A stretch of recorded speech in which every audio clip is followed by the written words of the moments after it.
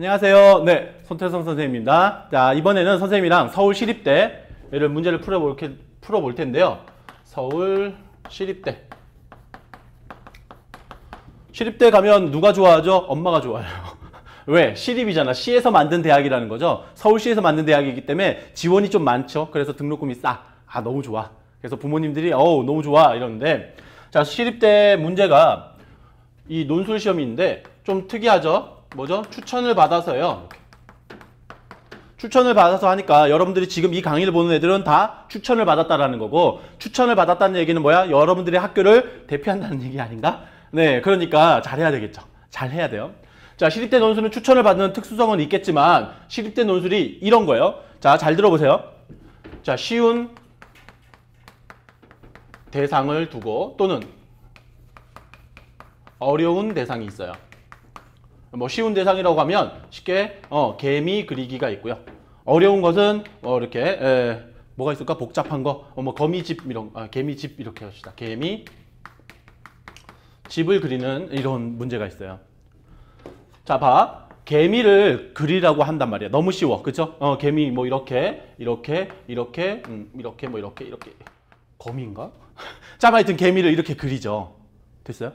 자, 개미 집은요, 뭐 엄청 복잡해요, 그죠? 이렇게 땅에 뭐 들어가서 뭐 구멍도 있고 뭐 여도 있고 뭐 엄청 복잡하게 이렇게 있어요, 이렇게. 됐다. 선생님 이 얘기를 왜 하냐면요, 잘 들으세요. 자, 쉬운 대상을 그림을 그리면 뭐가 되는 거죠? 변별력이 어때요? 개미를 그리면 개미가 쉬워. 그러면 변별력이 높을까요, 낮을까요? 이런 거예요. 쉽게 생각하면 그러니까 쉬운 대상이니까 다 똑같이 그리지 않을까요? 라는 생각을 하겠죠. 아니잖아요. 정말 디테일하게 잘 그릴 수도 있는 사람이 있고, 한번 대충 그냥 졸라맨처럼 이렇게 그리는 사람도 있을 거예요. 무슨 얘기야? 변별력이 높아요, 이렇게. 쉬울 경우가 변별력이 더 높아요. 아주 냉정하게. 자, 근데 어려운 대상을 같은 경우는 변별력이 쉽게 나올 수 있어요, 없어요? 변별력이 평균적으로는 낮을 수밖에 없는 거예요. 됐죠? 근데 여기서 하나 더 들어가는 거야. 변별력이 높은데, 맞죠? 쉬운 대상일 때는 변별력이 높아요. 공부를 안 했을 경우에. 그치? 그러니까 공부를 하게 되면 어떻게 되죠? 변별력이 평균으로 수렴하게 되겠죠. 모두가 같이 공부하면, 맞지? 알겠어? 열심히 그리면, 모두가 열심히 하면 변별력이 평균으로 수렴하게 되는 거야. 근데 어려운 거는 뭐죠? 변별력이 낮다 그랬죠? 그러니까 열심히 공부한 사람은 변별력이 높아질 수밖에 없는 거예요. 자, 무슨 말이냐? 서울시립대 문제를 접근한 학생들의 거의 대부분이 뭐라고 생각하냐면, 난 추천을 받았어. 경쟁률이 낮아. 그러니까 이 문제는 난 쉽게 갈 수 있을 거야. 라고 해서 준비를 안 하고 가는 친구들이 많아요. 그러다가 가면 어떤 느낌이 드냐면, 이 3단계예요. 보고, 놀라고, 시계 보고 놀라고, 마무리 안 돼서 한숨 쉬고 나오죠. 이유가 뭐예요? 어려워요. 어려워서 변별력이 없어요. 이거 알아야 돼요. 어려워서 변별력이 없어요. 그러니까 기본적으로 뭐 때문에 합격이 되는 거야? 2단계에서 내신 성적으로 합격 가능성이 갈리게 되는 경우가 거의 대부분이에요. 자, 그러면 지금 논술 준비를 하는데 선생님 강의를 본다는 얘기는 내신 성적이 아주 뛰어난 건 아니라는 거지. 뭐 뛰어난 애도 있겠지만, 그지? 그런 친구들은 가볍게 보시면 돼. 근데 내신 성적이 아주 뛰어난 게 아니라서 불안해서 보는 거라는 거죠. 논리적으로 추론을 하면. 맞잖아? 그지? 그러면 여러분들은 지금 봐봐. 내신이 떨어지니까 포기할 거야? 아니죠. 뭐야? 어려운 걸 다른 애들보다 더 잘 쓸 수 있게 뭐 해야 돼? 노력해줘야 돼요. 이게 시립대예요. 노력한 자와 노력하지 않는 자의 답안의 차이가 되게 커요. 다른 대학 쉬운데 요즘에 재신문도 쉬워지고, 맞지? 다른 대학 문제들 다 공개돼 있어. 그러니까 뭐야?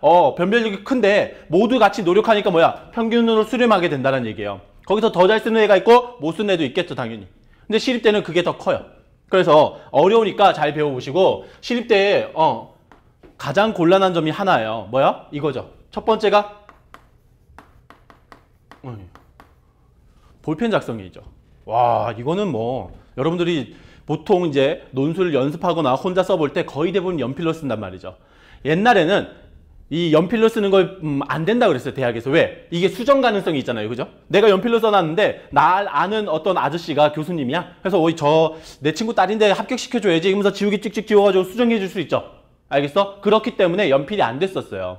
근데 이제 어떻게 된 거야? 학생들이 볼펜으로 쓰라고 그러니까 수정보호가 너무 많이 나오고 지저분해지고 볼펜통이 번지고 수정액은 못 쓰고 말니까 와 더러운 답안이 나오는 거예요. 그러니까 대학에서도 양보했어요. 그래서 연필로 쓰라는 대학이 많아지고 있는 추세죠. 자, 근데 시립대는 아직도 볼펜을 고집하고 그 다음에 수정액 같은 것들은 사용이 안 돼요. 그럼 어떤 애가 이렇게 질문하는 거야. 수정 테이프는요? 죽을래? 자, 안 되는 거야. 자, 그러니까 뭘로? 원고지 교정 부호를 사용하여 이제 글을 써야 된다는 거죠. 자, 그러니까 뭐가 문제죠? 볼펜으로 쓰고 원고지 교정 부호를 사용해야 된다는 얘기는 뭐냐면 이게 뭐죠? 수정에 어려움이 생긴다는 거죠. 맞지? 바꾸는 게 어려워. 그러니까 어떻게 해야 돼? 바꾸지 않게 해야 돼. 수정을 잘하려고 노력하는 게 아니라 수정을 안 할 수 있게 연습해야 되겠죠. 그래서 선생님이 여러분들한테 제안하는 솔루션이 뭐가 되는 거야? 개요짝이에요. 개요짝이. 선생님이랑 같이 개요를 짜서 쓰는 방법에 대해서 배워보세요. 그러니까 그러면 뭐가 되죠? 2번 쓰는 효과가 있어요. 그래서 여러분들도 알죠? 연필로 쓰다가 보면 생각이 정리돼서 지우고 싶어져요. 지우고 다시 쓰면 좀 더 깔끔한 문장이 나오잖아. 그지? 그런 친구들이 많은데 시립 때는 뭐 볼펜 작성이라고 지울 수가 없어. 그러니까 어떤 친구들이 현명한 솔로몬 같은 친구들이 있어요. 선생님, 그러면 지워지는 볼펜을 사용하면 되잖아요. 그래 좋은, 넌 천재야 이렇게 얘기해주고 싶은데 그 지워지는 볼펜이 깔끔하게 잘 안 지워져요. 그래서 밑에 뭔가 자꾸 남아. 맞죠? 해보세요. 자, 그래서 그런 것들 써도 상관은 없어요. 대학에서 뭐라고 하진 않아요. 자, 근데 이 볼펜에서는 뭐라고? 수정의 어려움을 해결하기 위해서 개요 짜고 쓰는 연습을, 그래서 2번 쓰는 효과를 가지고 깔끔하게 떨어질 수 있도록 연습하는 게 좋다라는 거죠. 자, 두 번째가 뭐냐면 특징이 문제가 고정되어 있어요. 그렇기 때문에 준비를 한 친구와 준비하지 않은 친구의 차이가 좀 큰 거야. 문제가 고정되어 있는 게 뭐냐면 1번 문항이죠. 1번 문항은 가, 요약 250자 내외 아예 고정되어 있어요. 그러니까 여러분들이 요약의 신이 돼야 돼요. 그러니까 어떤 제시문을 만나더라도 요약할 땐 이렇게 하는 거야. 완벽하게 알고 있어야 돼요. 그래서 제시문 내용을 완벽하게 이해하는 게 중요한 게 아니죠. 뭐예요? 잘 쓰는 게 중요한 거야. 그래서 1번 문제에서 첫 번째 250자는 요약하는 거죠. 그러니까 요약의 방법에 대해서 완벽하게 픽스해서 갔으면 좋겠어요. 그래서 요약할 때 첫 문장은 이렇게 사고해서 이렇게 쓰는 거지. 두 번째 문장은 그 사고에서 쓴 일반화된 문장을 구체적으로 쓰는 문장이 나와야 되지. 그리고 마지막 문장은 이 구체적인 제시문의 내용을 내가 해석해서 내 말로 다르게 표현해줘야지. 이걸 여러분들이 배우게 될 거예요. 그래서 방법을 배우는 게 맞고요. 그 다음이죠. 1번 문제가 250자 내에 요약을 하고요. 그 다음에 이 입장과 상반되는 반대되는 견해를 가진 것을 선택해야 돼. 뭐가? 나, 다, 라 중에서 이렇게 선택하게 만들어져 있어요. 그러니까 반대되는 가가 A라는 견해면 나하고 라는 B라는 견해예요. 이렇게 쓰게 되겠죠. 그리고 선택하고 당연히 이유를 쓰게 돼 있죠. 이러면서 600자가 1번 문제가 구성이 되어 있어요. 그러니까 문제를 풀어보면 시립대 문제를 6개를 풀든 5개를 풀든 3개를 풀든 다 똑같아요. 1번 문제가 이렇게 나와 있다는 거죠. 자, 그래서 중요한 거는 근데 이거죠. 문제가 고정되어 있어. 근데 또 이제 어려운 점, 문제가 고정인데 이게 문제가 되는 거야. 제시문이 난이도가 높아요. 그리고 길다. 제시문의 양도 많아요. 와, 이게 힘든 거죠. 그래서 철저하게 방법 위주로 준비해야 돼요. 제시문 내용을 이해하는 게 중요한 게 아니라 알겠어? 방법 위주로 정리해서 이렇게 쓰는 거야. 답안 쓰는 거를 완벽하게 알고 들어갔으면 좋겠어요. 그러니까 여러분들의 답안이겠죠. 자, 그래서 이게 첫 번째고요. 두 번째 문제가 최악이에요. 이것 때문에 많은 학생들이 시립대 풀다가 거의 때려치는 경우가 많죠. 이유가 뭐냐면 1번 문제에서 이렇게 나오면 2번 문제에서 가나다를 활용해서 뭔가 글을 써야 되겠죠. 그건 3번 문제예요. 2번 문제에서는 뭐가 나오냐면 자료가 나와요. 자료가 2개에서 3개 정도가 주어지고 뭘 해? 추론을 시켜요. 이게 추론이죠. 추론이 뭐냐 이런 거예요.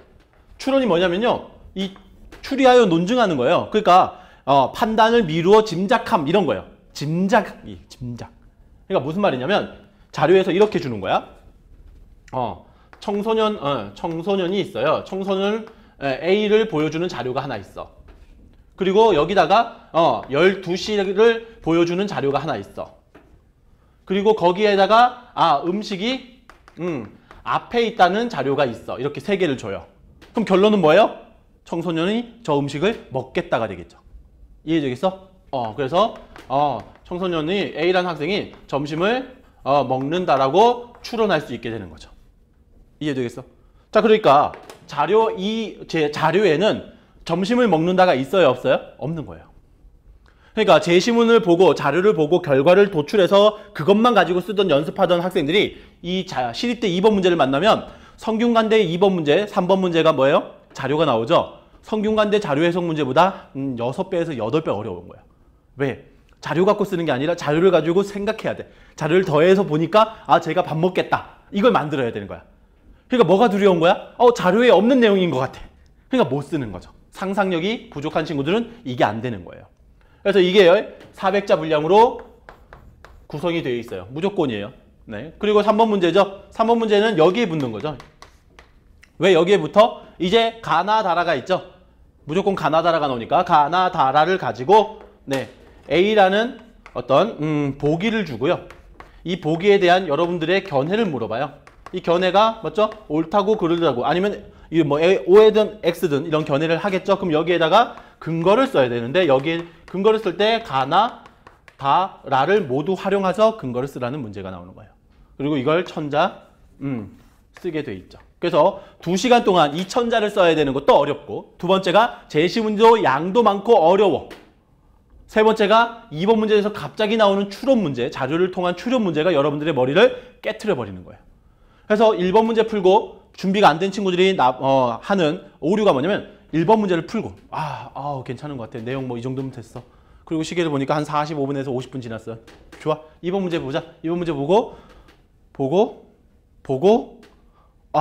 하니까 3, 40분 더 지나가 있어요. 그럼 1시간 반이 지나가요. 그리고 나머지 30분 남았죠. 그리고 나서 3번 문제 딱 보는 순간 어떤 느낌이 들어요? 그만할까? 수능 전인데 굳이 내가 난 수능은 열심히 봐가지고 시립대 가면 되지 뭐. 자기 합리화를 하면서 막판에 이제 잘 안 되는 경우가 많죠. 자, 그런 문제를 선생님과 함께 풀이하고 그 다음에 해결해 나가는 거예요. 알았죠? 자, 선생님은 시립대 강의에서는 아주 그대로 고정이에요. 문제가 고정이니까, 그죠? 그 문제에 대응하는 완벽한 전략과 전술을 여러분들한테 알려드릴 거예요. 그리고 정석적으로 가르쳐. 그렇기 때문에 여러분들이 선생님 강의를 듣고 저 사람 이상한 팁이나 가르쳐주네. 내용 위주로 아니에요. 여러분들한테 정확한 독해하는 방법, 정확히 요약하는 방법, 정확히 자료를 가지고 추론하는 방법, 그 다음에 주장과 근거를 유기적으로 연결해서 쓰는 방법에 대해서 알려드릴 거예요. 자, 이 강의는 기본적으로 선생님 기본 강의랑 큰 차이는 없을 거예요. 선생님 기본 강의를 들은 학생들이라면 기본 강의 때 배운 그 이론, 정석적인 방법을 가지고 적용해보는 연습인 거고 기본 강의를 안 듣고 시립대 강의만 듣는 친구들을 위해서도 기본 강의 내용이 포함되어 있으니까 복습을 정말 열심히 해주시면 선생님이랑 같이 시립대에서 놀 수 있어요. 시립대에 가서 합격하면 누구 덕일까요? 내 덕. 자, 그래서 여러분들이 선생님한테 감사합니다 이렇게 얘기하면 선생님이 가끔 가가지고 밥도 사주고 그래요. 알겠죠? 모두 행복한 모습으로 만날 수 있도록 나도 열심히 할 테니까 여러분도 열심히 해야 되겠죠. 자, 그럼 본 강의에서 보도록 할게요. 안녕.